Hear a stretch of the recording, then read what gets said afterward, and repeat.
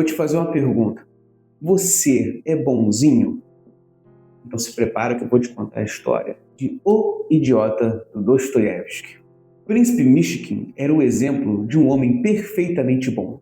Tão bom que o achavam um idiota. O príncipe acreditava no que as pessoas diziam para ele, mesmo que aquilo lhe fizesse mal. Ele era louco?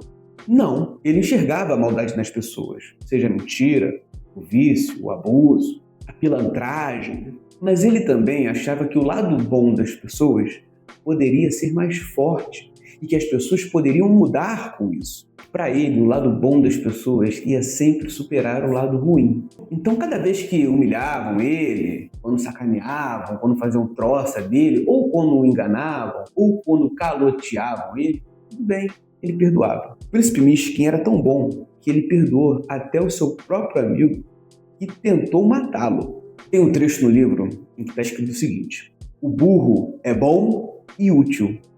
E aí eu faço a pergunta para vocês. Você se considera útil para alguém? Se sim, será porque você é muito bom ou muito boa? Muitas vezes a razão não funciona na ótica do bonzinho, justamente porque ele não acredita tanto nas máscaras que ele enxerga. Soa contraditório. Você ver aquele problema claro, aquele desvio de caráter, você consegue ver. A intuição fala com esse bonzinho, mas esse bonzinho não vai seguir a própria intuição. Portanto, o bonzinho se nega a acreditar no que as pessoas são capazes de fazer. Meu amigo, elas são capazes de fazer. Mas você não precisa deixar de ser bom. Talvez seja só uma questão de limite. Mas aí é aquilo. Podem te acusar de ser uma pessoa ruim. Ora, seria bom ser ruim para alguém que é ruim? Mas não estou falando para você ser ruim deliberadamente, mas sim como defesa à própria ruindade alheia. Ou, quem sabe, a sua bondade pode tornar as outras pessoas boas, não é? Eu vou te fazer uma pergunta bem honesta. Você se atrai pelo sofrimento? Seja sincero consigo mesmo. Depois faça a seguinte pergunta para você. Quem sofre precisa de você? Ser útil a alguém? É muita bondade sua. Se você fosse contar uma história para si mesmo e que essa história fosse a pior coisa que você fez na sua vida, seria essa história com você sendo bonzinho? Rapaz, cuida-te, cuida-te. Aviso de quem nem te conhece. Quem sabe assim, as pessoas possam te montar e te desmontar. Olha, acabei de lembrar de um outro personagem.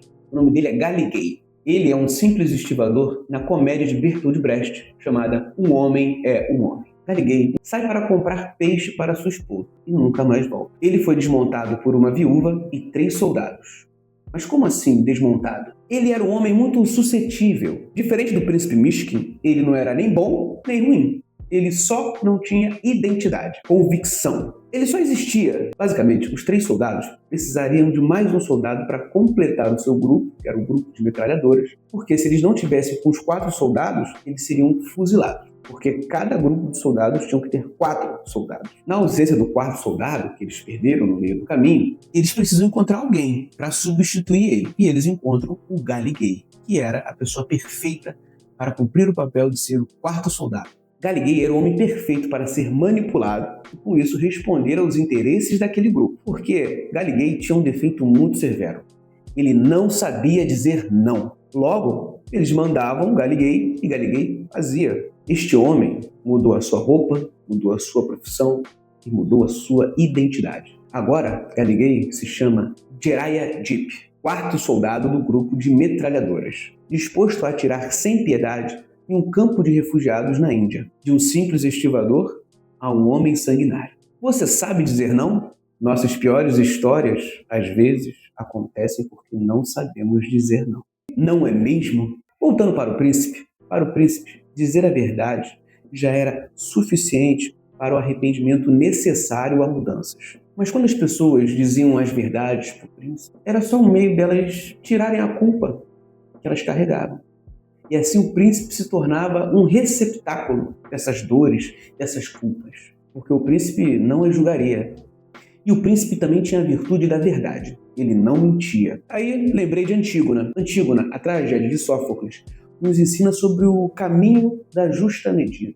Quando esse caminho da justa medida é abandonado. Mas este caminho entre a mentira e a verdade seria uma meia-verdade? Rapaz, ora, dizer a verdade sobre tudo não seria revelar os seus pontos fracos? Às vezes o caminho do meio é não preencher todas as lacunas, para que você possa aprender a confiar antes de revelar. Mas isso não era necessariamente o ideal do príncipe. Mesmo que sua noiva tenha fugido do casamento 2 vezes, ele a aceitaria numa terceira. Já Galilei não tinha ideal.